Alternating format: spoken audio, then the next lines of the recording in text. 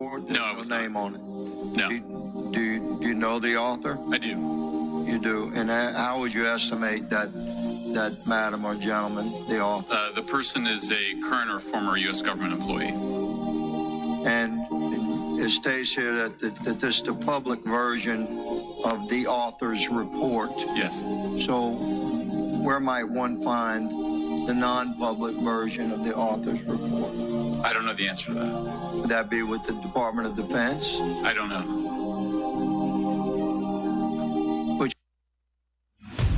From the shadows of the unknown, from the front lines of truth-seeking, this is the show that cuts through the garbage and tells it like it is. No hype, no spin, just raw, unfiltered truth. This is Forbidden Realms with your host, Gary Anderson. And yeah, Gary is back, and he's taking no prisoners. I have no place to put the prisoners anyway. Well, I hope everybody had a great Christmas and a happy New Year's. Hopefully things will improve out there, because right now it's a real mess here in the United States. You know, another thing, I'm really frustrated. You know, being off and watching a lot of TV and documentaries about UFOs and listening to podcasts, I think we're losing our way in this whole subject about UAPs and disclosure. We need to really go back and reinvent the right way to do disclosure and get and gather the right type of information. Because what is going on nowadays on a lot of these podcasts, TikTok, Facebook, X, as people are just spreading, well, I don't know what it is, but it is really doing a lot of damage to, you know, us getting down to prove that these things really exist. Now, tonight we have a great guest all the way from the UK. He's been investigating UFOs for a long time, and we'll bring him on right after this.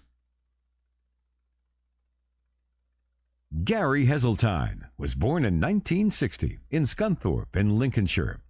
He served in the Royal Air Force Police from 1983 to 89 before spending an almost 24-year career in the British Transport Police from 1989 to 2013.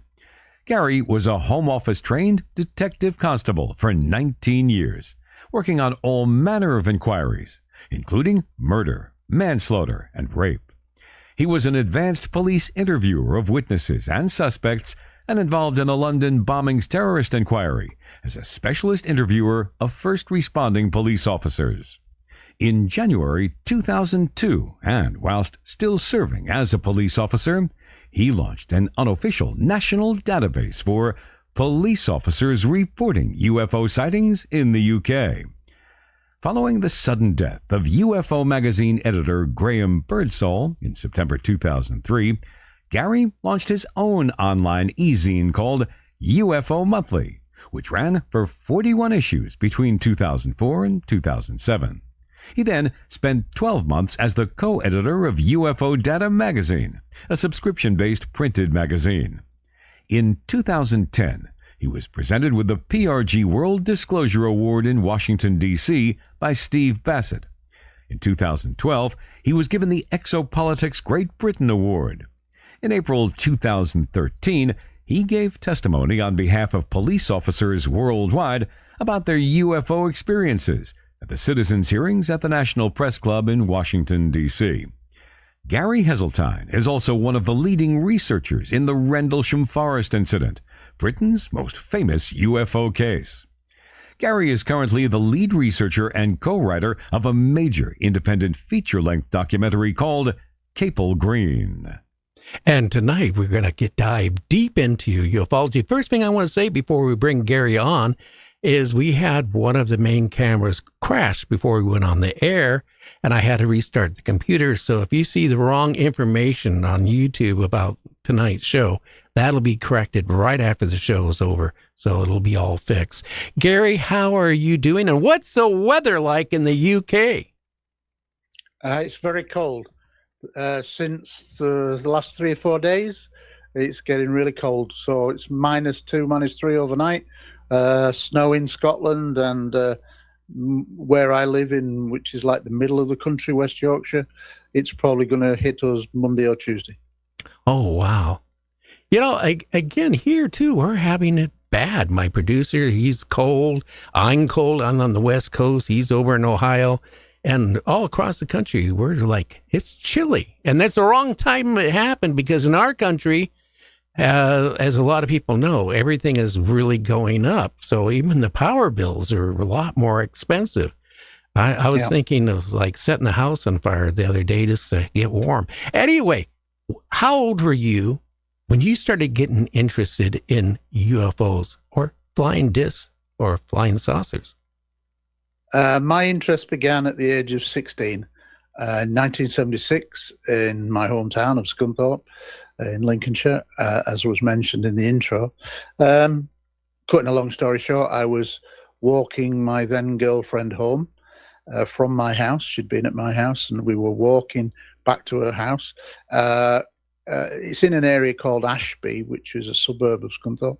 And at one point, we had to walk along a very long footpath that ran beside what you would say is high school football pitches and the buildings of the school that I attended. And on the other side, in England, we would say allotments. It's a gardening area where public can grow vegetables, etc. There was no lighting. At the end of the long footpath, there was a housing estate with all the lights on. About 9 o'clock, we're talking August, the school summer holidays. It was a balmy night, which we don't get that many, where there's no wind and it's still nice and warm at 8, 9, 10 o'clock. It was one of those rare occasions, and the stars were out, no clouds.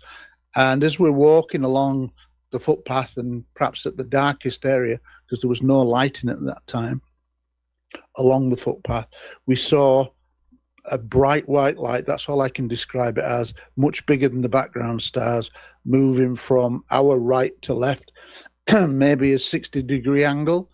And if you can imagine, there's a long footpath ahead that you're walking along straight ahead. As soon as the object passed by us, so we were then behind the flight path of this object, the whole area was plunged into darkness. And what I mean by darkness was all the housing estate, all the power, there was a power grid failure, and all the lighting went off, so it went really, really dark. There was absolutely no light whatsoever, so it was pitch black.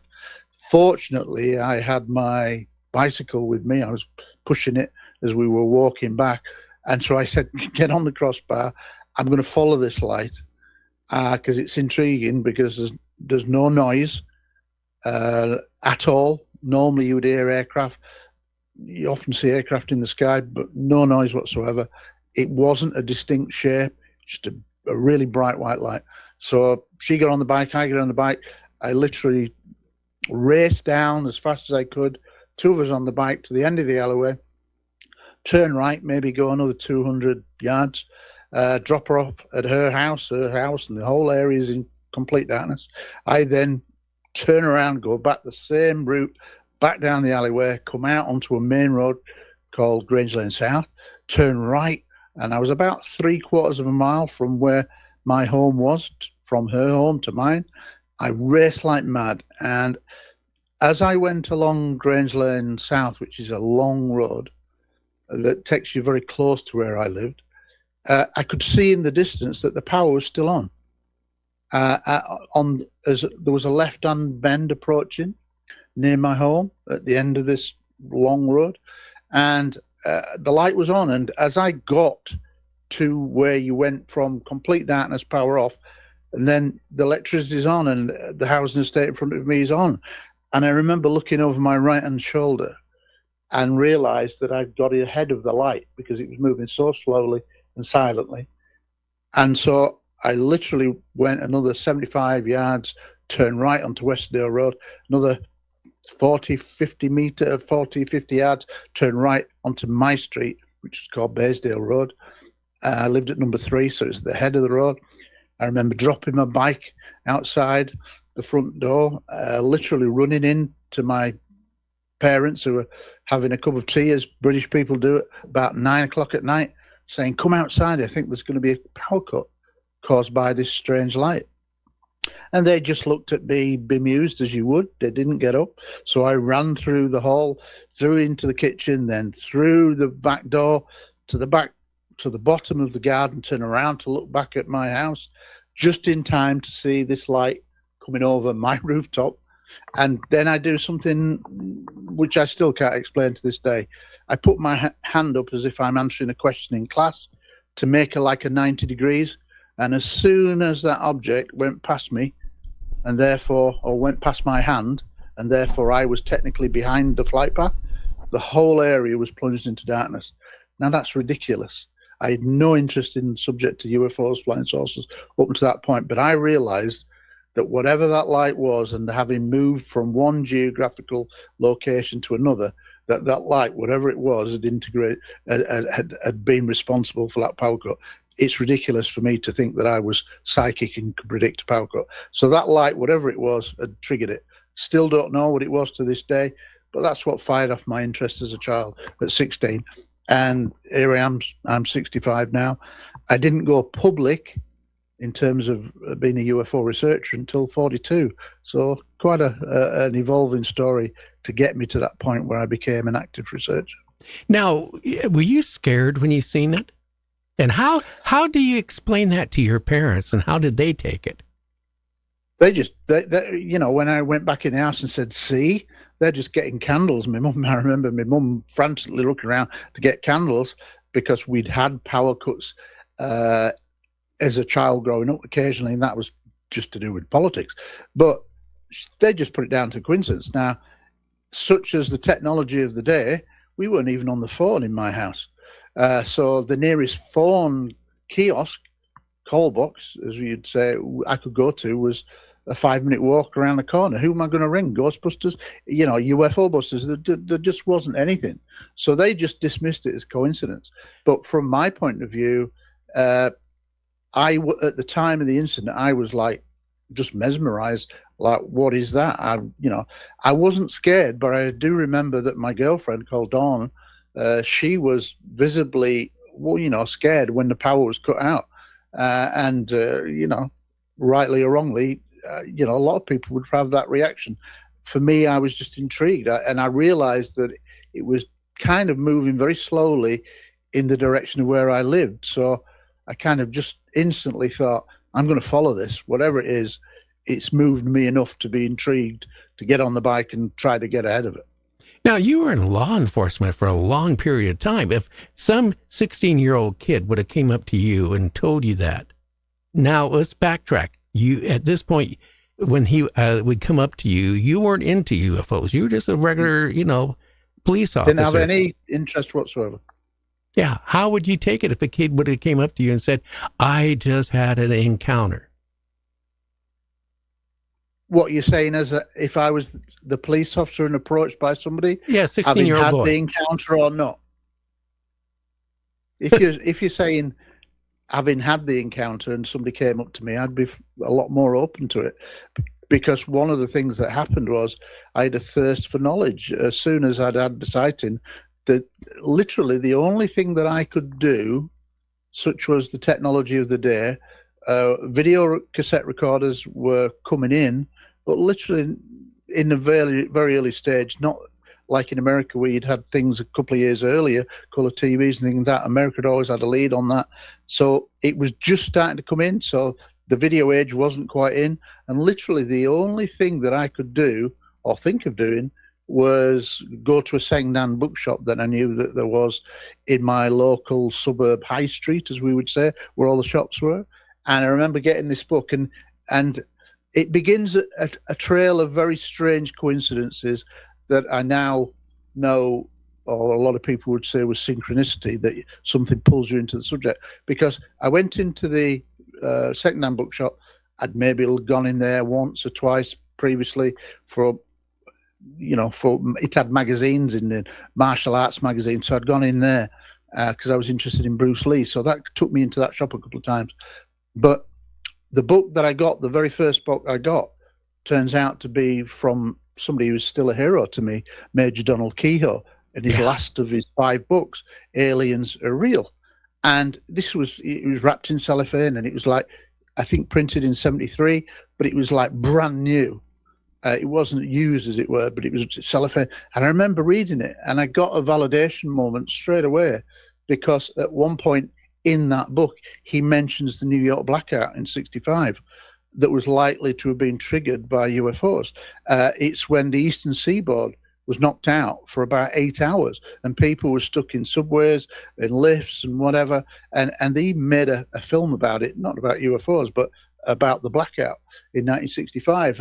And straight away, I got a validation moment, because literally that was the same thing that happened to me. I'd seen a strange light that seemed to trigger UFOs, seemed to trigger power grid failures. And there I had done the same personal experience. So it just was one of the very first things that brought me into the subject. And the more I became interested, the more kind of stranger coincidences that happened, that eventually led me to become an active researcher, or wanting to go public with research into it and create an unofficial database for police officers. But I was 42, so a long time after 16. Well, here you were, a police officer, and you create this database. How did the other officers respond to you getting into it? Well, I'm pretty certain that there's probably not that much difference between the detective in the US and the detective in the UK. Maybe the sense of humor is slightly different, but I would think that in these circumstances, it's not surprising that a lot of my colleagues literally one-to-one would, make jokes of me and whatever. But surprisingly, if they were in a crowd in the office environment, they would all be making jokes. But if you were ever out on patrol with them, I was in unmarked cars as a plainclothes officer, and you get into one-to-one conversations with them, they'd be entirely different and they'd be interested. But the notion of talking about UFOs in a group scenario, you had to laugh at it because it was stigmatized. And I didn't realize that there was a stigma, but there certainly was. But one-to-one, a lot of them said, I admire what you're doing, and sticking up for what you believe in. Well, here, even in this country, I remember going back 30, 40 years ago when, I was really active on, radio through all that time frame. And, somebody would say, what do you do? And I said, well, I do a talk show and we talk about it. And you know what? They would look back up and look at me from my feet to my forehead, wondering, how could this guy be on radio? Well, who would want to listen to about, aliens and cattle mutilations and UFOs? And nowadays, I mean, it's completely different. People are talking about it at the bars and stuff like that. In your case, I bet, how about the pubs? Do you ever hear anybody talk about it in the pub? No, but funnily enough, in the town, I've moved around several towns in my life, but I've now settled in a little town called Featherston, which is near to a slightly larger town called Pontefract, where my youngest daughter lives. So that's why I've moved there. But I put a local pub, as you would say, as we would say, started somebody in the in Pontefract area started a local UFO group, and they'd obviously heard of me. This is maybe in the last year, and they asked me to be one of their early speakers, and so they hold it in this pub, and the pub has been twice packed out when I've done it. And it's been really nice, and just ordinary people, and the amount of people that come up to me and say, I've been fascinated for this subject for so many years. I saw something when I was 18. I saw something while I was at work in a factory, that kind of thing. And the amount of stories, personal stories, all very genuine people, and I have no reason to disbelieve them. And they're not crazy people. There are one or two crazy people I've met over the years, the odd crank phone call over the years since I've been a public researcher, but the vast majority of people I can tell with my interviewing skills, and I was trained in body language and like I said, an advanced interview, I can tell within minutes if somebody's genuine or not when I talk to them. And the vast majority of people who come out with their accounts, personal accounts, are absolutely sincere. And I don't think they're lying. I think it's a tip of an iceberg. And should the disclosure dam ever break and people can come forward without any kind of fear to their career or perceived career or, ridicule, I think it will be an avalanche of people coming out and saying, I saw something when I was this. And I think it will be an avalanche of stories that are coming out once the pressure is lifted of stigma. But Gary, here's the thing. In the UK, because I have interviewed a lot of people from the UK through the years, you guys are into the paranormal, ghost and all that stuff because you got a rich history compared to the United States. Yeah. But why don't they have the same inquisitive about UAPs? Why isn't your government, coming forward about it? Well, the British government historically has always been very reticent to speak about it. And as you mentioned in the introduction about my career, I guess, I've been involved in active research into the Rendlesham Forest incident, which is Britain's most famous case, often referred to as Britain's Roswell, but it's actually probably a better case than Roswell because of the number of incidents that occur. But I then have spent 5 years doing a cold case review of it. I was already a public researcher onto Rendlesham from December 2007, but then in 2017 I was asked to be a lead researcher for a proposed documentary called Capel Green, and I said, well, if I'm going to do it and put my name to it as lead researcher, it best be accurate. So it prompted me to do a re-investigation, a cold case review. And what I decided to do in my approach to doing that was to take all sentiment out and just use my detective acumen skills to try to get new evidence, try to re-interview people, try to find old documents that had never been seen the light of day, etc. And I did that, and it took 5 years. The book took 3 years, but I wrote a book, Non-Human, that came out in 2023. And the amount of old information that was new, because nobody had ever seen it by 20, 30 years ago in old publications, the amount of what I thought was very pertinent information that had never been disclosed to the public at large, that was really interesting. Lots of information about Colonel Holt, 1 or 2 major revelations involving him prior to his announcement after retirement onto the public stage, as it were. There were things prior to that that I think are very telling about the case. And then I was re-interviewed lots of people, and I was also able to get new interviews that elicited new accounts of incidents. And cutting a long story short, the book concluded that there were 17 different timed events, UFO-related events, over what I now think is not 1 day, 2 day, 3 day. I think now about a 7-day period. The first night now beginning on the 23rd of December, because I had an airman called Steve Wagner tell me a story about ground impressions being found, triangular ground impressions found in the ground very close to the Eastgate at RAF Woodbridge, which is one of the twin bases. Now, Rendlesham is often referred to as one of the top 10 cases in UFO history. So it's been an important book. It's been very well received. I'm very humbled by the response from researchers and the public. But, when I look at that, it was when I did that cold case review, there's a lot of evidence to say that as soon as that at the time of the incident was taking place, or these multiple incidents taking place, the base was frightened stiff that the public would get wind of it at the time. And so they kind of clamped it down, and it was clamped down, and I can't prove it. But in Britain, they have a thing called a D notice, which the government can serve on the media industry, the mainstream media.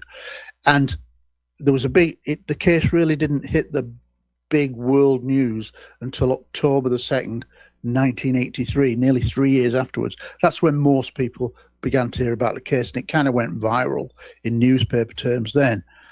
But that case, the amount of information that was held back. And within days, the media had started saying it was just a lighthouse. BBC got involved to try to say it's just a lighthouse. And there was a very famous clip put together by the BBC. The Times newspaper did a really childish piece within days of that to try to offset it. So I think it's clear that the American government, the British government, wanted to play it down, and probably served a D notice on the British media to play it down and reinforce the stigma that was already going on because of the 1953 Robertson panel. Now, your book, there's a couple other books on it. How's your book? Well, there's plenty of other. There's about 10 or 11 books that have been done now. How's yours compared to them? Well, I would say none are like mine, bar one. There was a book by a lady called Georgina Bruni, who wasn't a UFO researcher at all. She became aware of the case in the late 1990s. She was like a showbiz reporter, like a kind of a gossip columnist. But she got interested in the case, and she did a very good book called You Can't Tell the People, which was released in, I think, 2000. And that tried to do or did many of the same things that I have done, in that she created a very broad platform, tried to tell various different aspects of the case, and it was very well laid out. Now, 23 years later, she wasn't a detective. She didn't have my training. She didn't have my detective training. So I then did a cold case review, which she didn't do, but she did a very good job. And then I took it a stage further by doing this cold case review and eliciting a lot of new material through old interviews, re-interviewing and finding new witnesses, etc. So in terms of the layout, hers was the closest to mine, but mine has kind of brought it up to date and done it in a very factual way because I took sentiment out of it. I'd met virtually all the players involved in the case, so I knew them. And I then met lots of new witnesses and did lots of interviews. So for me, the real story behind Rendlesham is that I believe that the public are not being given the real narrative. The narrative that you see in virtually 50, 60 English-speaking documentaries about Rendlesham is largely wrong. It focuses generally on three witnesses, Lieutenant Colonel Charles Holt, who was the deputy base commander at the time, Sergeant Jim Pennison and John Burroughs. They're the three principals that turn up in all the documentaries. But there are many more witnesses, and that's what my book reveals, is that there's a whole new narrative of witnesses like Sergeant Adrian Bustinzas, Airman Steve Wagner, Airman Steve Longero, lots of other people that I interviewed, military, that their cases have never been told. And that's wrong, because you're only getting a slight bit of the story. You get some parts of the story, but not all the story, whereas my book gives you all the story. And so I chose to self-publish it. I didn't go to a major publisher. I could have probably got one, but I didn't, because I wanted to get the information out. There was no pre-publicity. And the reason why I did that is because if I'd have said, I'm releasing my book on so-and-so, on such and such a date, I suspect one or two people would have tried to delay me through legal injunctions, not because they'd have a leg to stand on, but to try to delay it. So I thought, no, I want to get the information out. There's that much more information about this case than anybody has ever seen and collected together in one place. I want to put it out when nobody's prepared for it. So I did no pre-publicity. Once the book was finished, I self-published it on Amazon, and it's still on there. I've still never been to a mainstream publisher, and the book's done well. But the only downside to that is you don't have the same distribution around the world in quite the same way as you would through an author, a big publishing house. But I'm now working on a second edition, because I've got lots of new information that I've done in the interim 2 years, and we'll see where we go from that. But yeah, for me, it wasn't about money. It was about getting the truth out there. And there was so much new information in this book that most people had never heard of and these witnesses deserve to be heard. And they do. Now, we need to take about a 30-second break. And when we come back, I want to ask you about that craft. where the sergeant and the lieutenant, and they all, were looking at it. But there, again, I remember reading the book years ago. I can't remember by who, but they supposedly put their hands on the craft. There was text writing on the craft. Again, that he felt he was being communicated with by the craft. We want to find out a little bit about that. There's a real story behind that, but yeah, happy to discuss that. Okay, we'll be right back with Gary, so don't go anywhere. We'll be right back.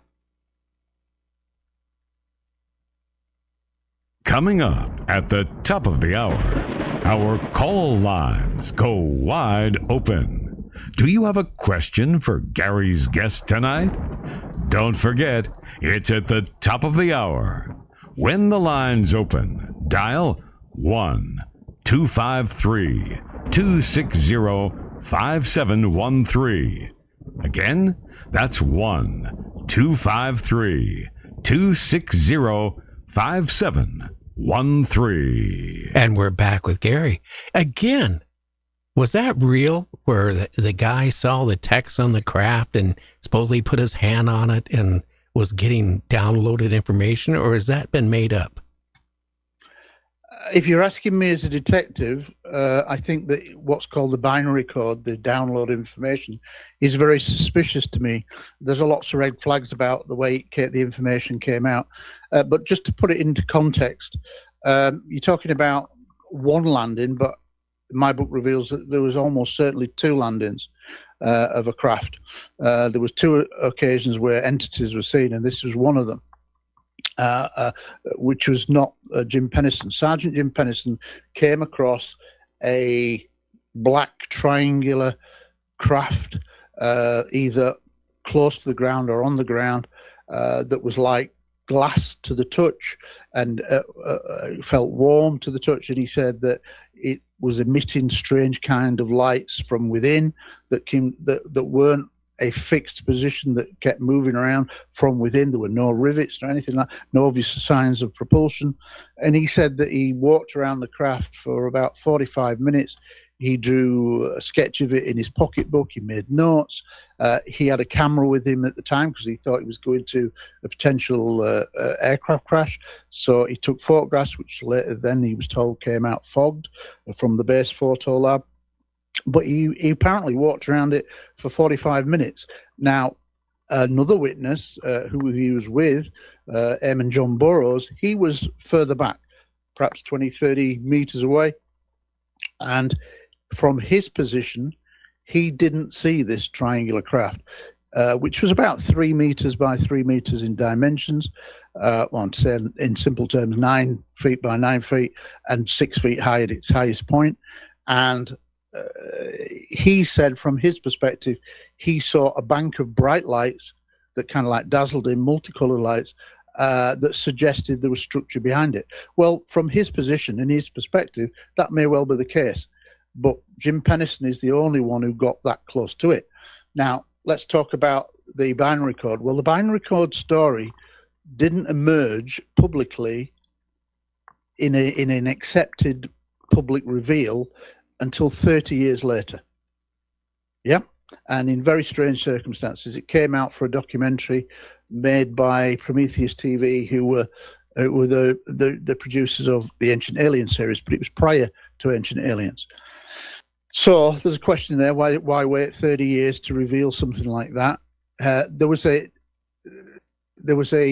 30th anniversary conference close to Rendlesham Forest in a town called Woodbridge, and about 400 people in the audience, and Jim Pennison was there, and he began to reveal this story of that when he touched the craft, he felt an instant like download of zeros and ones coming into his head, and then he said he felt so compelled that the next day he wrote them down in like automatic writing, and he wrote them down 001110 blah blah blah.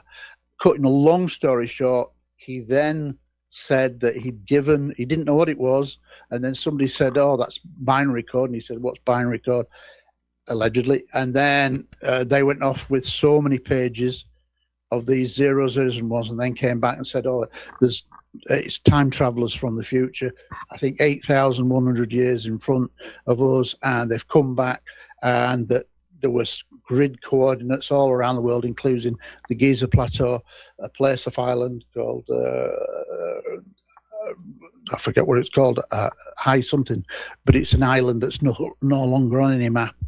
But basically, when that all came out, the audience reaction at that 30th anniversary was like a bit incredulous. And he's saying, well, I can't say too much because it's going to be in this documentary. But he said I'd had this. And lots of people then stood up and said, well, why haven't you mentioned this? I didn't know what it was. And, you know, the stigma. And who could I have told? Well, you'd have thought he could have told John Burroughs, who was 30 meters away from him, who'd shared a lot of his experience on walking around the craft, walking in the forest that night. You'd have thought he'd have said something like that. But where it falls down for me as red flags is that initially said there was 6 pages of binary code that then got analysed. And then on another show, he did TV radio shows, he said 8 pages, and then it was 9 pages, and then it was 12 pages, and eventually it's 16 pages. Now, logically, I think I would know how many pages. Now, you might not know it first time somebody asks you that question. Well, how many pages did you write down? And he might legitimately have said, well, I don't know. But I guess what he'd do is he'd find out.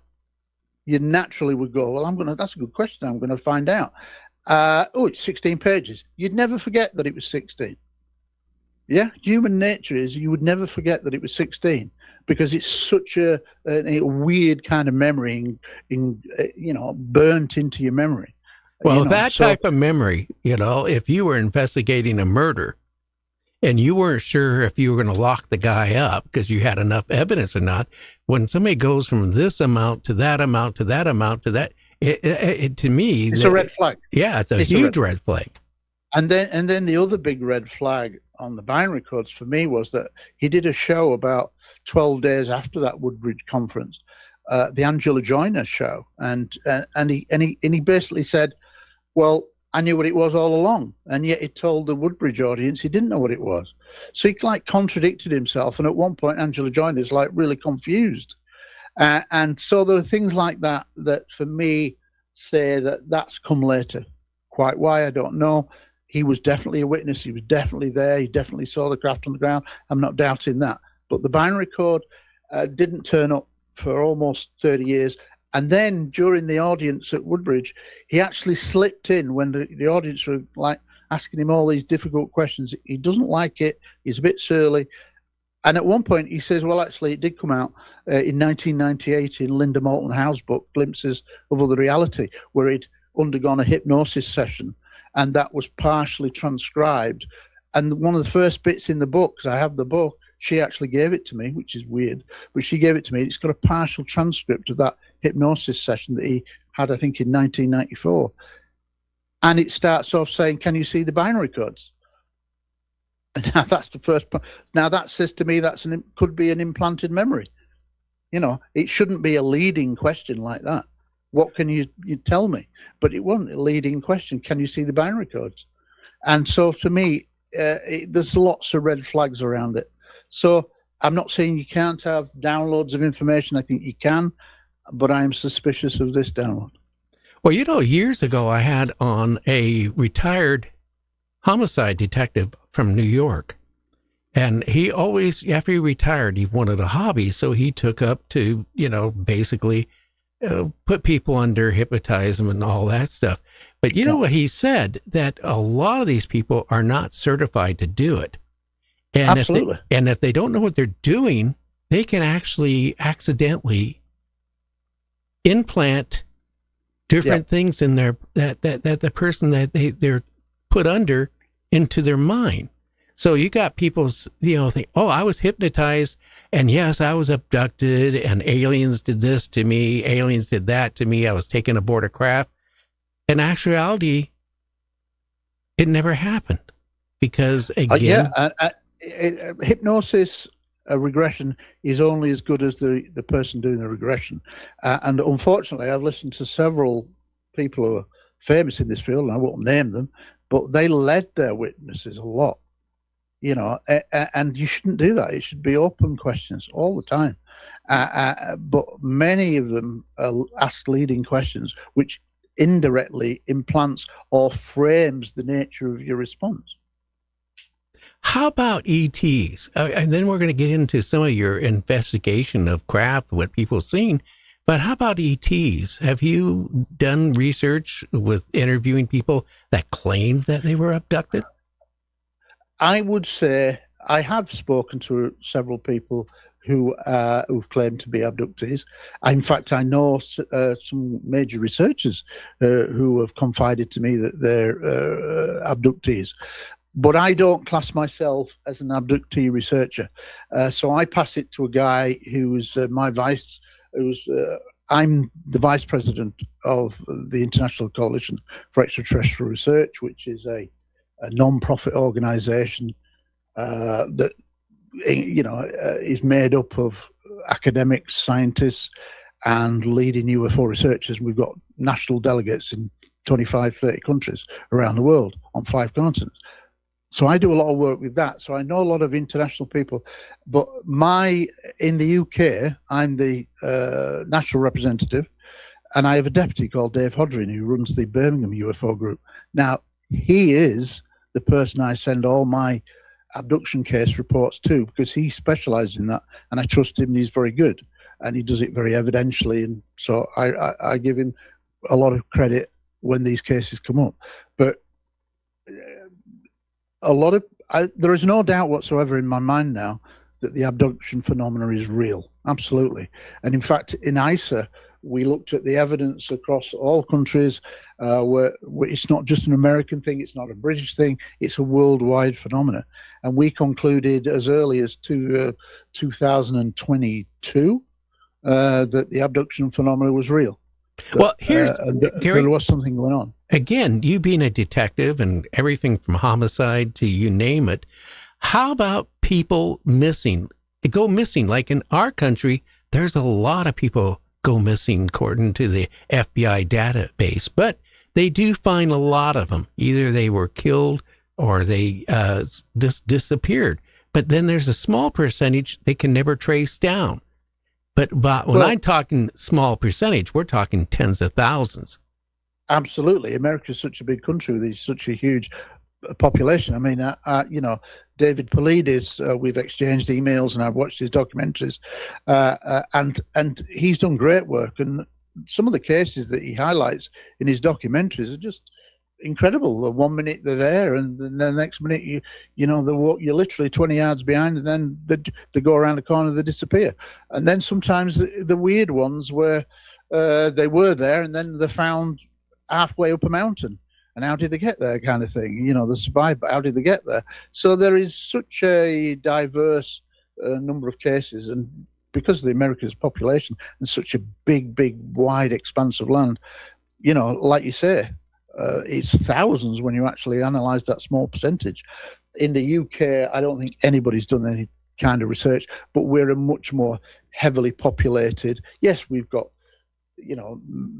we don't have many big mountains, but we'll have lots of mountainous areas where there's not a lot of houses there. But in the UK, I'm not aware of really any numbers like that. But in the United States, there certainly seems to be a huge number of people missing.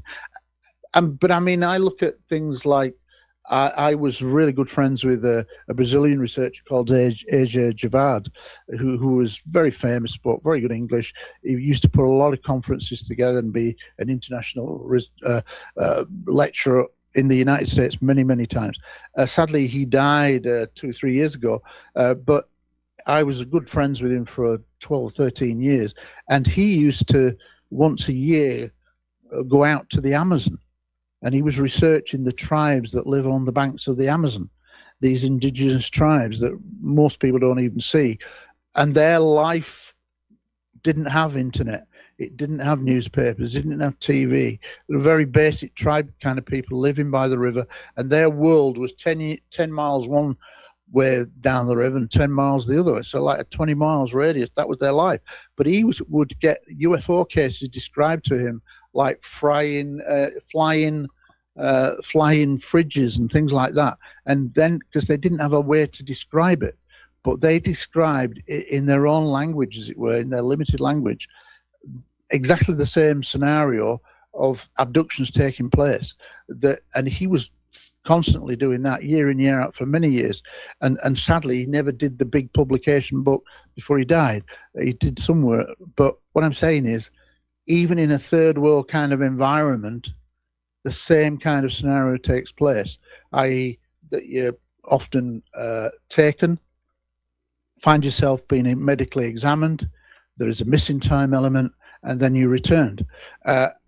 And so for him to conclude that, when we live in this big, age of technology that's going faster and faster, it just shows you that on every continent that it's a real phenomenon, that abduction is taking place. Because how could they know and describe the same experience without access to the media and the internet?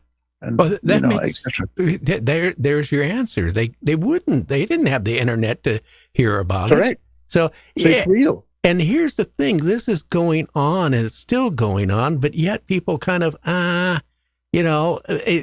there's some people out there who are not telling the truth, but there's people out there that their stories make logical sense, and it's scary because I had back in the mid 70s, I think 72, I can't remember the quite year, I was coming back from the other side of the country, driving nonstop.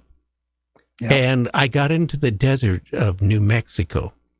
Yeah. And it was like 1-ish in the morning. And all of a sudden, all around the car, it was brighter than daylight. Yep. And in my mind, I started thinking, oh, God, yes, I had a GTO at the time, and I was doing over 100. I figured, something bad's going to happen to me. Like, I'm going to get arrested. My wife at the time was panicking. I pull off this side of the road. Now, I was in the military. I rode in the back of a lot of helicopters. A lot. Yep. I know what they sound like. I get out of the car. Nothing. No sound at all. No sound of the desert, no sound of any wildlife or anything. Just totally dead. And the light was so bright, it hurt my eyes. And then, poof, it was gone. Just like that. Like throwing a switch, like switching on a light bulb. Yeah. That's a very common thing. I mean, I remember early on when I became a public researcher, sort of 2004, 2005, early on in my career, I guess, as a researcher, that I remember a defining moment when I realized just how real this was, where 3 women, totally independent of each other, gave me the stories over a 1-week period.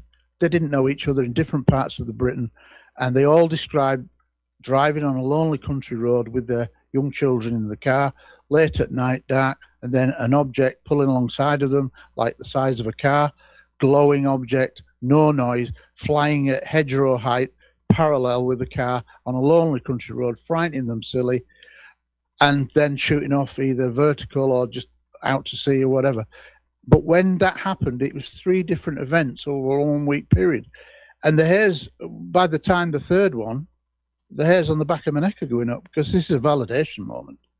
Because how could these 3 identical scenarios happen in almost identical scenarios? Lonely country road, at night, wife and kids in the car kind of thing, and then an object seen, totally silent, follows them for 2 or 3 miles, scares them silly, then shoots away. It was ridiculous. You couldn't make that up. And they're totally independent of each other. So that's when I realized just how real these sightings were, and how frequent they were. What really concerns me, why so much? Why are we seeing them almost on a daily basis, every day across this world? Are they like given a tour of this planet before we kind of like, disappear? Like, poof. As daft as it sounds, there may be an element of truth there in the sense of space tourism.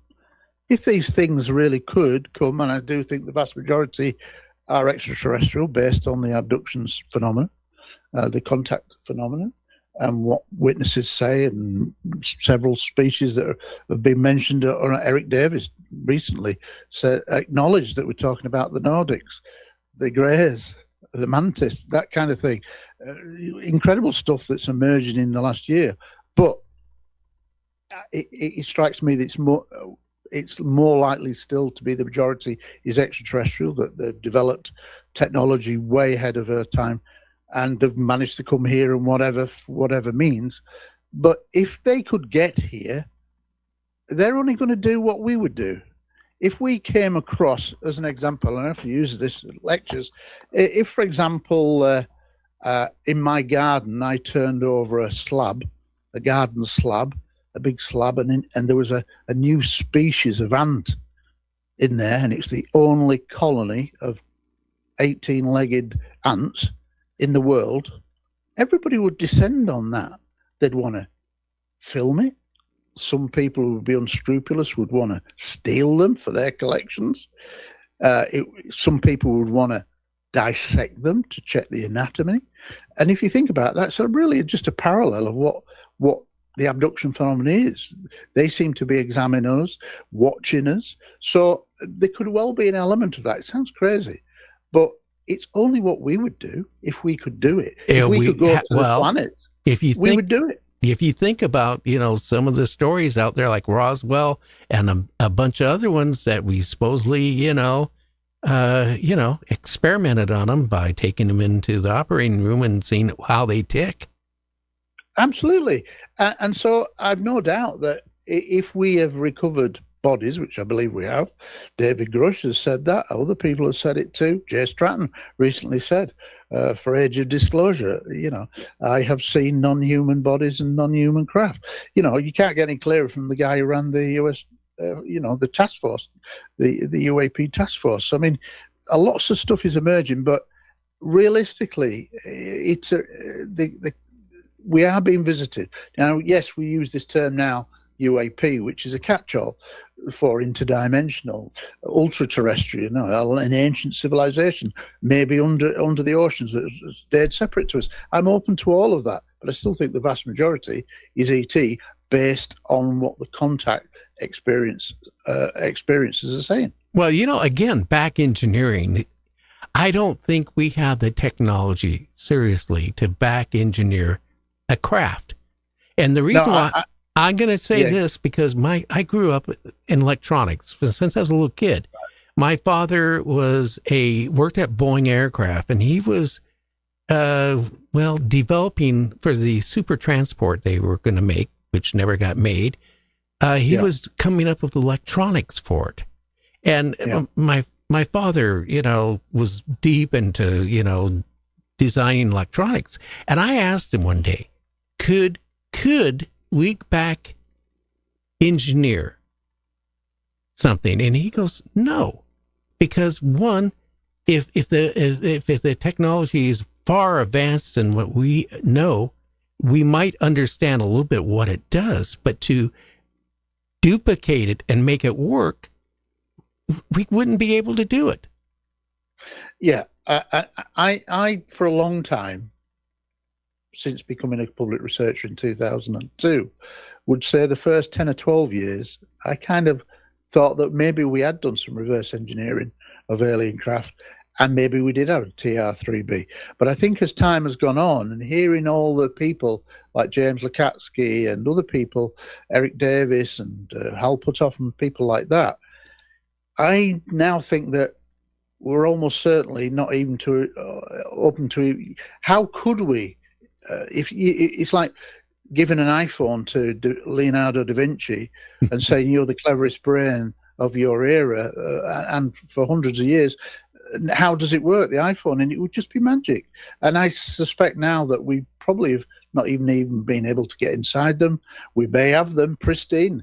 The suggestion that some have been left for us to try to develop our technology. If that is indeed the case, we probably don't even know how to get in. And if we have got in, James Lukatsky, I think, said that one had been entered. If we've got in, how could we make it work when it's just so far advanced? You're absolutely right. And so I tend to think now we haven't really made any progress, and we really don't know what we're dealing with. Well, one thing I will ask you, if we figured out how to get in, how would we get back out? Well, yeah, I guess we would look at it as if there's a door open, we'd leave the door open. Yeah, we but just how don't about know. if the door closed on you? What are we going to do then? Correct. I mean, the thing is, I suspect, like I've always said in terms of lecturing, is that we only know 10% of this subject in the public domain.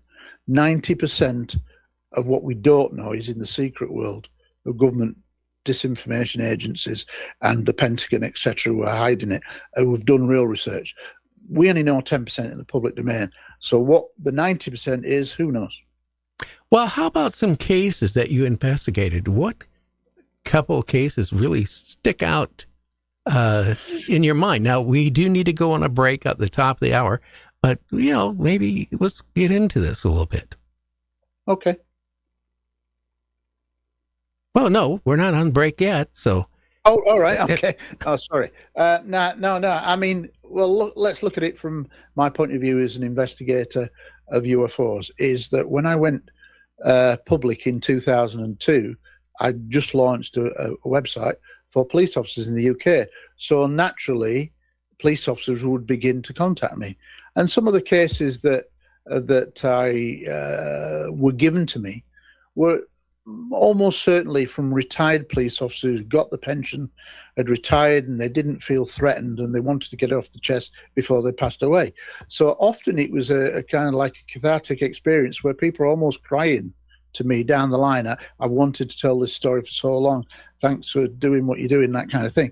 But some of the cases that stand out to me, I remember there was 3 police officers, middle of nowhere, 2 police cars, just having a cigarette break, rural country road, and then all of a sudden they see on the horizon something light up very briefly, a flash on the horizon, bright light, and then it goes and they think nothing to it, and then literally 2 minutes later it just blinks on like a switch in a light bulb on, and there is a huge craft approximately 200 meters long, maybe only 300 feet off the ground, very close to their rural location, and there are smaller craft flying around it. So it's akin to a mothership with smaller craft flying around it, maybe 6 of these smaller craft going around it.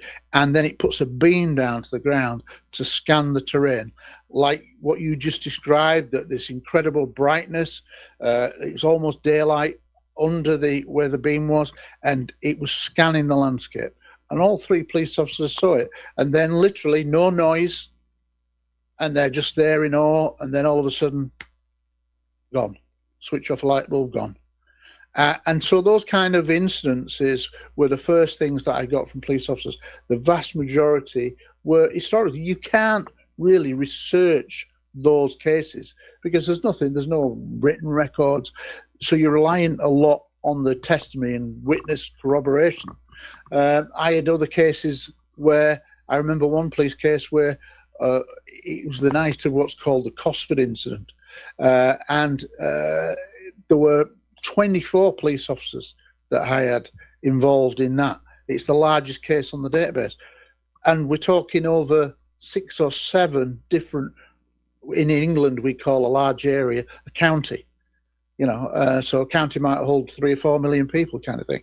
And there were 7 or 8 of these counties that were involved, and 24 officers from all different regions seeing the same kind of object. So again, an incredible case. Now, what was good about that is there was a lot of corroboration, because there'd be 2 officers down south, there'd be 2 officers near London, there'd be 2 officers near Oxford, and that kind of thing. So you had lots of corroboration, and you could actually work out a timeline of the movement of the object.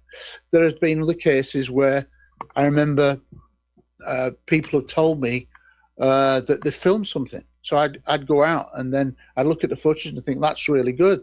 And then I remember going out to the same location, and sure enough, I saw something very similar, but it turned out to be a drone. So not everything that you investigate always turns out to have a kind of paranormal aspect, UFO aspect. But the point of being a researcher is you follow the evidence trail, you speak to the witnesses, you try to get corroboration from other witnesses. And for example, okay, we need to take this break.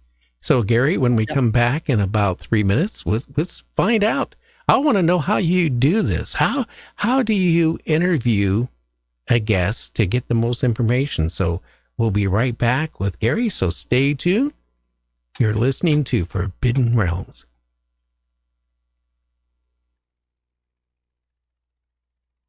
The following is an NDTR editorial, opinion, and comment. Thank you in advance for a moment of your time. So, how does this reporter see it? Here goes. Disclosure. The freak show under the big top. Folks, this isn't disclosure. It's a three-ring circus. Step right up under the world's most secure tent where the Pentagon plays dumb, Congress plays dead, and the American people are fed another bowl of government mush. They trot out AARO, the All-Domain Anomaly Resolution Office, as if it's the ultimate answer to UFOs. Please. That's just a bureaucratic bearded lady. All show, no substance. They say they're investigating UAPs. What they're really doing is burying the truth under red tape and acronyms. Then you've got David Grush, a decorated intel guy, testifying that we've got non-human craft and alien biologics. Read that again. He didn't say maybe. He said we have them. And what does Congress do? Zip, nada, zilch, nothing. Turn the spotlight off and shuffle the act to intermission. The FBI? Missing in action. The Pentagon? Playing the world's longest poker bluff. The Disclosure Act? Chopped up like a sideshow sword trick. Gone. And let's not forget the private defense companies. Oh, they're in the tent, sitting on crashed debris, reverse engineering God knows what, while we're told nothing to see here. Lies, obfuscation, control. That's the real act. The freak show isn't the aliens. It's the cover-up. At Night Dreams Talk Radio, we see through the fog machine. We know the elephant in the tent isn't from Earth, and we're not letting this go. The curtain's lifting. The freak show is real. And guess what? They are running out of lies. And that's the way this reporter sees it. This has been an editorial comment on the Night Dreams Talk Radio Network.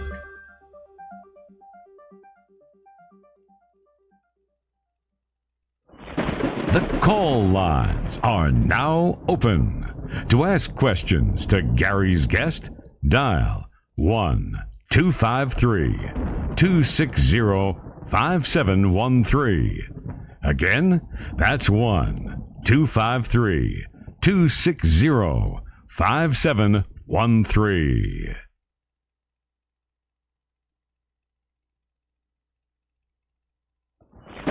Coming to you worldwide, this is Forbidden Realms. And here's Gary. And here I am. And JC, I need a new golf club. Anyway, we got a caller, Gary. So let's take the caller and see what they have question to ask you. Who do we have out there? Caller, are you still there?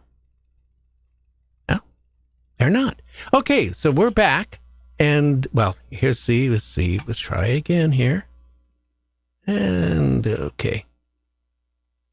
Okay, caller, are you there? Not there. Okay, so let's get into it. Again, when you interview these people. I was taught a method of interviewing for witnesses called the enhanced cognitive model in the mid-1990s. And the idea is to set up the witness so to give them the best opportunity to recall events. It's not hypnosis at all, but in essence, it taught me a lot of tricks of the trade, as it were, in terms of interview. And one of the things that's really important in this model is when somebody is a witness to something really profound, whether it's a rape, murder, or whatever, it's burned into their soul. This is if you're involved in a car crash and you lose one of your members of the family, you are never going to forget that because it's burnt into your mind. Now, it's the same principle, and the idea is that if you set the witness up right, then you what's called try to retrieve fresh snow. And fresh snow is when they remember something they didn't remember before you'd done that interview. Yeah? Because our memory is a bit like a video camera. It records things all the time. So if we're watching the TV or whatever, it's actually absorbing, a bit like a video camera, lots and lots of information, but we just can't recall it. We're not that kind of species. However, under certain circumstances, if you set up the person the right way, you can get them to retrieve registration numbers, new details of new witnesses who they didn't realize at the time in their memories, it were. But when somebody skillfully takes them through and sets them up in the right way, they're able to concentrate to the point where they can elicit new information that was there all the time, but you've just used a memory trigger that's made them. For example, they'll go, and you can see them absolutely constantly say, there was somebody by the side of the car. And you can see them, their eyes closed, or they're really focusing, looking at the ceiling, looking at the feet. But you can tell that they're in the moment, and they'll go, there's a guy there. And the interviewer can then say, well, describe the person that you see. An open question, just describe that person, not giving a sex or anything. And they start with the top and then work down. Well, it's a woman. It's a woman. I see a woman. And they've never remembered this before. But this is what you can get. So that's one example. One of the key examples that I tried to do with some of the re-interviews of Rendlesham witnesses, and with a couple of guys in particular, Sergeant Adrian Bustinza, is I was doing this approach over transatlantic phone call, so thousands of miles away. Now, the enhanced cognitive model was designed to be done within 72 hours of an incident happening, not 40 odd years later. But elements of it, I still thought I'm going to try, because I believe that these incidents, these UFO-related incidents, would be so ingrained into their memories that you might just be able to trigger new memories. And indeed, to a degree, even though it was 40 years plus on from the incident, they were able to retrieve information that they'd forgotten about, or they just couldn't remember through normal memory. Now, again, I reiterate, this is not hypnosis. You can't hypnotize somebody over 2,000 miles away, kind of thing. It's ridiculous. But you're setting them up. But one of the things that's really important when you're interviewing, and this is a general rule of interviewing, is that you go for what's called the first account. And the first account is probably your best chance ever of getting fresh information. Yeah? And that's because, what do? Humans, we interact. You speak, I speak. We interact with each other. That's what humans do.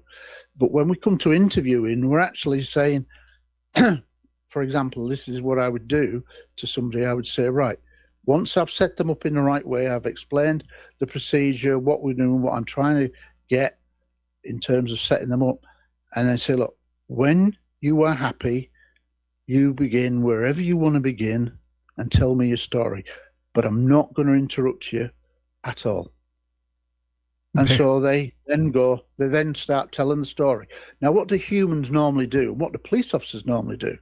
I went to a restaurant. We chip in, we go, which restaurant? Who are you with? And it totally destroys the concentration level. So learning to not interrupt is a skill in itself. And like when I interviewed Sergeant Adrian Bustinza about his Rendlesham experience, I didn't speak for 2 hours. And all I did was let him go off, got him into the right position, as it were, to where he really wanted to concentrate. He really wanted to get this off his chest. So he just did it in whatever came out, his order, not my order. And he came out, and for 2 hours, all I'm doing is, and it's called Googling. Okay, yeah, you're nodding, you're letting them going on, and they got the Googling aspect of going, okay, is handing it back to them. So they say something, they kind of hand it to you, you just hand it straight back to them, and then they're straight in the mode, and they do it. And that first account is absolutely critical for them to retrieve fresh snow, because they're in the zone, they're concentrating, they're looking at the wall, they're closing their eyes, they're looking at the feet, they're looking at the ceiling, whatever works for them. But once they're in that zone, you don't interrupt. Now, that's a question, very difficult for interviewers to do, like you've just done. how about when you're asking those questions and they close their eyes? Is that because they're trying to come up with some deception, or? No, you can tell. But again, part of the setup is whatever method you want, whether you want to close your eyes, whether you want to do whatever, you just concentrate. But what I would always say to them is, do not look at me. Well, in the transatlantic calls, that's impossible because it's phone line. But it just shows you that the method works, that once you're set up, they then are concentrating. I want you to concentrate. And basically, you've set it up what you want. I want you to do it in whatever order you want, not my order, it's your interview. And then at the right time, you hand it over to them and say, off you go. And that's the point where you then shut up. And it's extremely difficult for most people, including police officers, who have not had training to do, because we're naturally inquisitive. We naturally want to clarify. But that first account, as long as it lasts, it might only last 30 seconds, it might last 10 minutes, but you don't say anything. You just, okay, because you want them to keep concentrating. As soon as you start asking a question, their concentration goes straight down and breaks that train of thought, and you're trying to retrieve fresh snow. Very interesting. Okay, Gary, we got a caller. Who do we have? Hi, hey, Gary, this is AC here. Just coming in to try to ask a question. Okay, go ahead. I have the question I got too is that the ships that are out there, like we have the walnut shape shift, we have a cigar shape, and so on and so on. Are these advanced? That's one advanced higher than the other, or do we know the alien makeup of who's driving it, or who's flying it? And that's my. It's just kind of eerie to see that something that looks like a walnut could do things that looks weird. Is that is there something alive in it, or are these ships alive themselves and have nobody in them? And something that, I would like to know, because when I see these things, orbs and all that, are they from somewhere? Somebody, cameras or something watching us? And I'll take that off the air. Okay, thanks, Artie. By the way, your cell phone or whatever phone you're using is breaking up. Okay, Gary, you have an answer for our caller. Well, you're talking about hypotheticals in the sense of, in the public domain, I've never seen a spacecraft. I've never been in a spacecraft. I've never met an alien. I've never had a contact experience. But do I believe, based on the evidence of the best evidence of police officers, astronauts, cosmonauts, air traffic controllers, military people, scientists and whatever who have had experiences, then there is something clearly visiting us. Now, we use this now collective term UAP. It's a catch-all. I personally think the vast majority are still likely to be extraterrestrial, based on the contact phenomenon, what experience describes certain species that regularly occur, same scenarios all over the world. But I suspect that some of these may be kind of robotic or AI, as it were, or alien AI.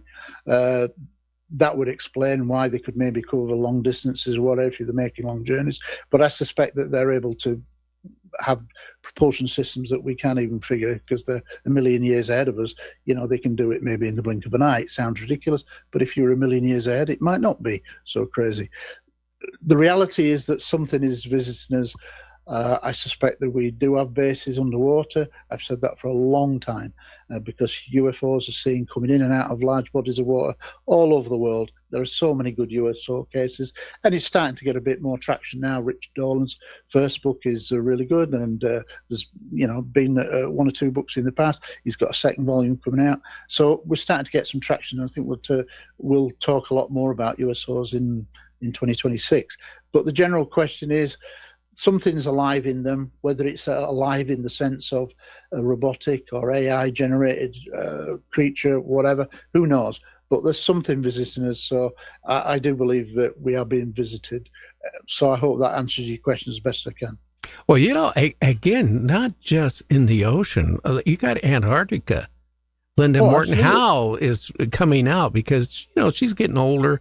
She wants to retire from what she's doing, and she's been coming out lately with a whole bunch of stuff. And again, she's saying that, something is really strange, and they found some very interesting things deep in Antarctica. I don't know. Linda's been coming out with this stuff for a few years now, but more is coming out. I don't know. I've not really researched it, so I wouldn't really like to say. What I would say is that if you go back to Admiral Byrd, and when he led a convoy down there, I think in 57 or something like that, apparently half the ships were lost, and they lost a lot of men. And it's still high jump. I think Operation High Jump is still classified. Now, why is it classified if there's all those years later?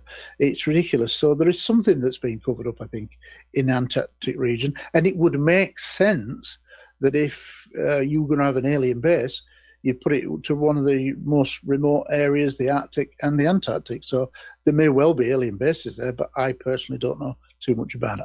Well, yeah, we never know. You might go swimming in a lake and find a UFO in it. I mean, yeah, I remember a guy years ago, an author, he's no longer with us. He wrote a book, Aurora, about a UFO that crashed around the late 1900s. And they buried an alien. We got another caller. Yeah. Who do we have? Hi there. My name's Chris. Hi, Chris. How are you doing tonight? Hi, Chris. I'm doing fine. I'm actually a friend of Art's. He's the one that he told me to call into the show, so that's a first-time listener. But I was going to ask about the water bases, and as soon as you said that, I just have to reach out now because I've seen the videos that were declassified. I think there was the Tic Tac video that came out when I think it was the 2020 release. So, is there? Are we thinking it's just I'm sorry if I keep cutting you off. But do you think it's just one mother base, or are we assuming it's multiple in different oceans? I personally think that there are multiple species, and probably some are good and some are bad. That's the reality. We don't. The contact phenomena frightens a lot of people because that's the hard edge, as it were. It's real. It's in your face. People are more open to talking about craft, and yes, we have craft and blah, blah, blah. But the next step will be to really go down the contact line. But it's real. I do believe the contact phenomena is real. Yes, there will be a small percentage that are hoaxes, but the vast majority of people that I've met and researchers that I've met who are experiencers themselves, they're sincere people, so it's real. And like I said earlier, with the Amazon and things like that, third world, they couldn't even have access, but they broadly describe the same events. So I think there's multiple species coming here, multiple interdimensional species maybe coming here, blah, blah, blah, but there's multiple different and probably different agendas to each of them. Probably much like us, some good, some bad. Now, Chris, I want to say something too. One of our regular guests we have on every few months, Mark Antonio, and he was in, because he does stuff for the Navy and stuff like that. He was in a submarine, and all of a sudden he heard the executive officer and whoever, they were talking about a fast mover. And the guy running the sonar asked do you want me to log it? And he said no. But Mark said this thing was traveling like over 100 miles an hour underwater. Yeah, I think there are cases where 200 or 300 miles an hour have been clocked by ships, by submarines. I think it's a whole new area of research that's I think will come to the fore much more in 2026. Chris, any other question? So I was reading something about it was a leak, but you have to kind of take it for granted because it was on 4chan. It was someone who was claiming that they had not long to live, so they were just trying to get everything off their chest. And one thing that they were saying was in regards to these motherships, that they were hostile towards U.S. Navy or just any type of military forces that came towards it. However, if there was a passenger ship or something that was essentially not affiliated with the military, it would let it pass. Do you have any thoughts on that, or do you think there's any validity to it? Personally, I don't really have any thoughts on that. I mean, there are literally hundreds of very good naval sightings, reports that have gone over decades involving commercial ships and military ships. What I would say is that there definitely seems to be a correlation between nuclear weapons, nuclear power plants, anything nuclear, and an interest with UFOs stroke UAP. And that's the broad consensus of people, researchers, is that they seem to be concerned that we may destroy this beautiful planet. Now, I'm often asked at lectures why they come here, and it's again a hypothetical answer, but I'll say, well, from my point of view, I probably think that in this bit of the cosmic neighborhood, the Earth with its huge diverse nature of water, life and fauna, is probably like an oasis in the desert. So if you were around, you'd want to naturally come here, a bit like we would go to the Great Barrier Reef, the Galapagos Islands. They would come here to observe us in our natural habitat like we would do if we could do it back. And so I think that's a lot of it. That's what's going on, is they're interested and they're attracted to the fact that it's a water-based planet with such diverse life and fauna. Very interesting. Another thing, too, that I was talking to a scientist here back a few months ago about these underwater craft and stuff. And, what he was saying is that, too, they could create a bubble around the craft, and then they could travel at really high speeds that we could not even accomplish. So that could be why they're, and what better place, honestly, Gary, if you want to have a base on Earth, the deepest part of the ocean. Well, the most telling thing, and I've been saying this for about 5 or 10 years at lectures, is we know more about the surfaces of the moon and Mars in terms of mapping than we do our ocean. I think our ocean is still only about 10 to 15% that's been mapped. Well, that's ridiculous. So that means that if you go down to the deepest trenches, we've been there for a second in terms of a year. 1 second that in terms of time that we spent down there. So we'd really know nothing, and it would make a logical place for alien bases to be, or interdimensional bases, whatever you want to describe it. But it makes perfect sense to hide it in our deepest ocean trenches. And you can live down there, and we just can't get down there because of the depths.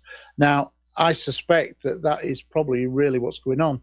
And I think that going to my first passion in life was Hollywood and films. I brought up on films, film buff. The Abyss, classic Hollywood film, is probably not far from it. That the premise of an underwater base, alien base, that then saves some, people, some humans, is probably not far off. That we do have in our deepest ocean trenches bases. And I think this goes back to the link between nuclear weapons and anything nuclear. Because if we go into an all-out mutual destruction, mutual destruction, then we would render this planet uninhabitable for perhaps thousands of years, if not hundreds of thousands of years, if it was a global war. Now, if we go to that scenario, unfortunately, the oceans would get contaminated too through all the fallout. So that's why they might not like nuclear weapons, because it's a beautiful planet. They've got bases here. They don't want to see us destroy this beautiful planet and their own bases that would die in the process of us going to a nuclear war. So I think that's one of the reasons why they're interested in nuclear weapons. Well, here's another question I have for you, too. If you think about the pyramids, the Great Sphinx, and pyramids all around the world, from the UK to the Amazon to Brazil, everywhere. And they didn't, like, again, we talked at the beginning of the show, they didn't have newspapers. They didn't have internet. They didn't have communications, to talk to humans all over the world back then. How could they have all decided to build pyramids? Yeah, it's crazy, and a lot of the design of pyramids and structures that you find in India, very similar designs to that in South America, etc. I'm very interested in the ancient alien aspect because it's, when you look at the cave art and petroglyphs on rock faces all around the world, it's some incredible, appear to be wearing some kind of spacesuit or whatever. There are some incredible glyphs all over the world. I look at it that it wouldn't surprise me if humans had been seeded from maybe Mars. We know that Mars in the past is a much older planet. We know that it had oceans. We know it had an atmosphere, and then something catastrophic happened. Now, if you knew that your planet was dying, if the Earth was dying, what would we try to do now? With our current level of technology, we'd try to build ships at a much faster rate before we were all killed through whatever cataclysm, and we'd send them to Mars to try to finally colonize, and we'd try to save the species. We'd do that. Well, what happens if something catastrophic happened to Mars and there was time enough to save some of the Martian race, if they'd achieved that kind of sentient life form and they could travel? Well, where are they going to go? They're going to look at the Earth and go, that's a perfect place. Let's seed ourselves and start there.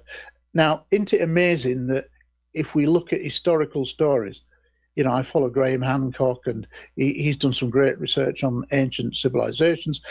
If you go on his premise that, like 13,000 years ago, the Younger Dryas, 12,500 years ago, the Younger Dryas, that the pyramids was probably still there then, and they've just been inherited and whatever. There's probably lots of technology that's been lost under a mile of ice because of an ice age. Nothing would survive. But there are one or two structures. I've been to, like, Sacsayhuaman in Peru and Cusco and seen huge 100-ton blocks put together like butter, molded together in polygonal formations. Now, you cannot go there and say that that's Incan. It's a pre-Incan civilization, and you can see the difference so clearly. So there is lost technology. It might be lost human technology, but I suspect that over the years, UFOs, whatever you want to call them, UAP, flying saucers, they've been coming here for thousands of years, and I think that is much more widely held belief. And so there are still that many mysteries.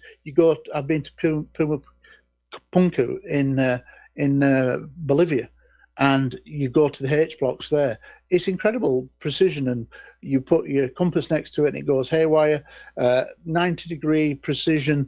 These blocks have never been seen anywhere else in the world. It's just incredible. So there's clearly a kind of lost technology. A lot of the stories of talk about a great flood.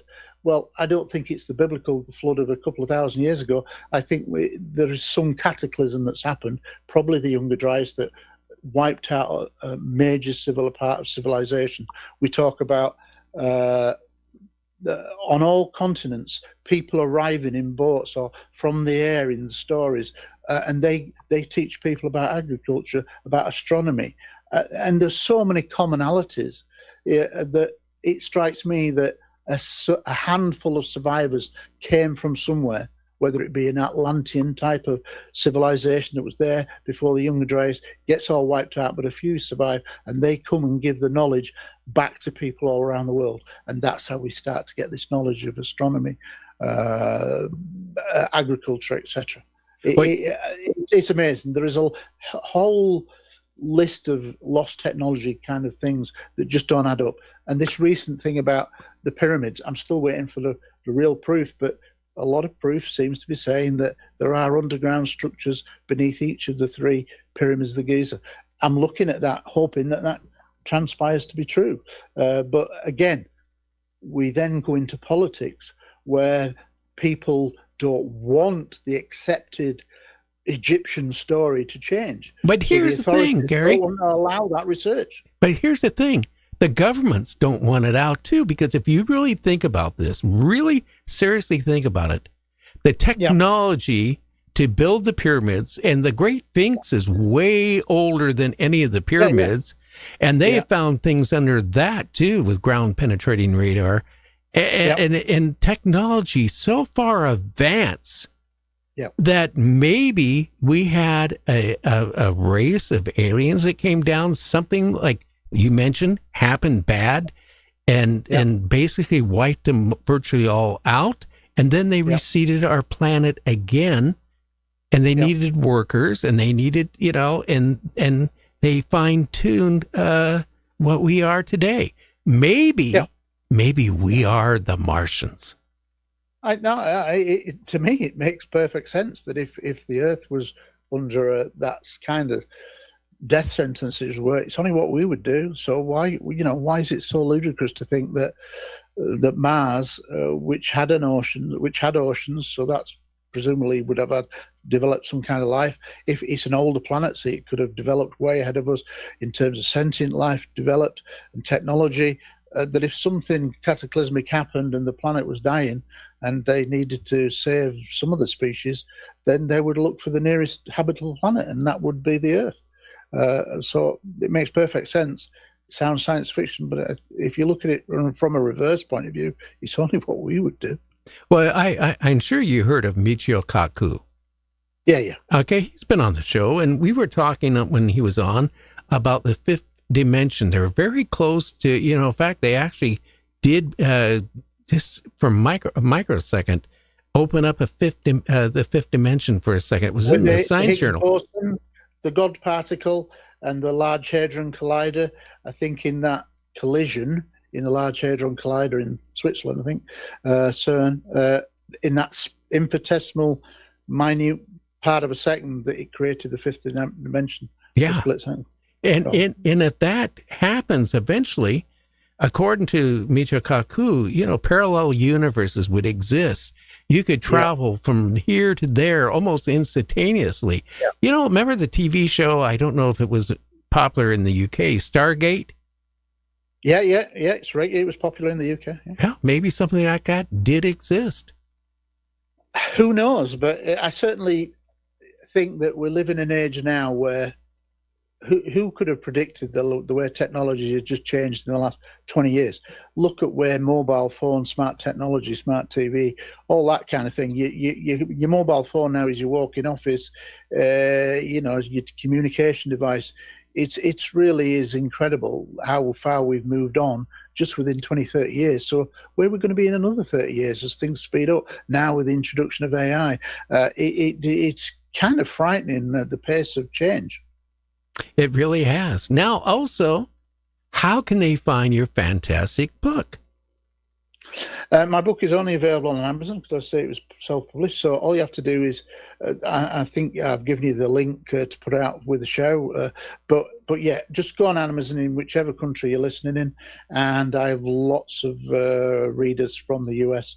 And obviously I have lots of readers for UFO Truth magazine, which is what I retired in 2013 to create, which is an online e-zine. It's bi-monthly, 96 pages. It's entirely UFO related. I basically troll the web. I have a set of columnists from all around the world. I know a lot of top researchers. They write for the magazine. So look it up, UFO Truth magazine and Non-Human. This is the book. It's the only book that I've written so far. It's took me 3 years to write it, 5 years reinvestigating Rendlesham. It's called Non-Human, the Rendlesham Forest UFO Incidents, because I outlined 17 different incidents, UFO related, in the conclusions of the book, and 42 years of denial, because the British covered it up, the Americans covered it up, and there is still a stigma around it, but bits more and more is coming out. So I would say that that's more information than you've ever gleaned about Rendlesham Forest than any book released so far. And your website? I have several websites. The police website is Police Reporting UFOs, database.co.uk. I have a new one that I launched last year for pilots. I'm trying to get pilots to report stuff in the UK in the same way Americans for Safe Aerospace with Ryan Graves is doing in America, doing great work, but in the UK it's very much backwards. But that's Pilots Report in uap.co.uk. The magazine is UFOtruthmagazine.co.uk, and the book you'll just find it in Amazon on any country, and you just order it online. I think it ships within 48 hours. So now, to the listeners out there, if you go to our website, we have two of them, forbiddenrealms.com and nightdreamstalkradio.com. If you go onto it, there is a picture of his book. You can click on it. It takes you right to Amazon to order it. I really recommend it to make a good read. So you need to check that out. And, 500 pages. Yeah, that's not like a one-night read. And here's one last question. I get frustrated when I get a guest on that writes a book on UFOs, okay, or a case, and I ask them, how long did it take you to write it? Oh, it took me 3 to 4 weeks. 3 years for me. Yeah, well, you do a lot of research, and that's what makes the book good. How much research could you do in a couple of weeks? Well, that's the whole point. If I was going to get involved, I did 5 years of research and then realized that I had so much material that I should write a book. I never intended to write a book, but I had so much what I classed as new re-interviews, new transcripts of interviews, new witnesses that the public had never heard about, or virtually nobody had ever heard about. And I wanted the public to know the Rendlesham case, because I've been on so many American radio shows, and they think that they know the Rendlesham case, and they don't, because they've been duped by a narrative that's been controlled for about 25 years by 4 people: Nick Pope, Colonel Charles Holt, Jim Pennis, and John Burroughs. They've been in all the documentaries. They've really given nobody else a look in, and that's wrong. They've controlled the narrative, and I want to get other military witnesses their voice, and so I did it for them. Great. And again, I want to thank you so much, because what time is it in the UK right now? It is now 4:36. Thank you very much.